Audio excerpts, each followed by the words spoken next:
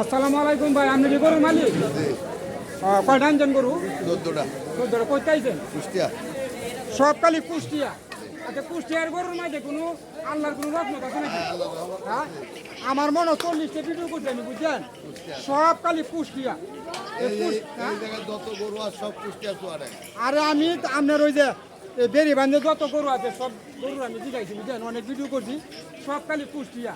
কুষ্টিয়ার গরুর ভিতরে আল্লাহর কোনো রহমত আছে নাকি? কুষ্টিয়া লোক গরু পালে বেশি যে। হ্যাঁ, আর গরু খুব সুন্দর সুন্দর গরু, বুঝছেন? আসলে কুষ্টিয়া মানুষ, কুষ্টিয়ার গরুর মাংস বুঝো খাইতে খুব স্বাদ না, খুব ভালো বুঝো না। দেন সব কুষ্টিয়া, মানে যার এই জায়গায় সব কালি কুষ্টিয়া, সব হলো কুষ্টিয়ার গরু।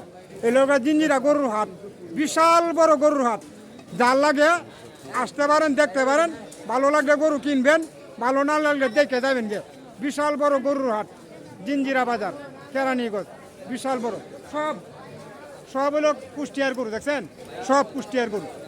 যা গেলাম সব কুষ্টিয়ার গরু। ভিডিওটা দেখেন, ভালো লাগলে শেয়ার করেন।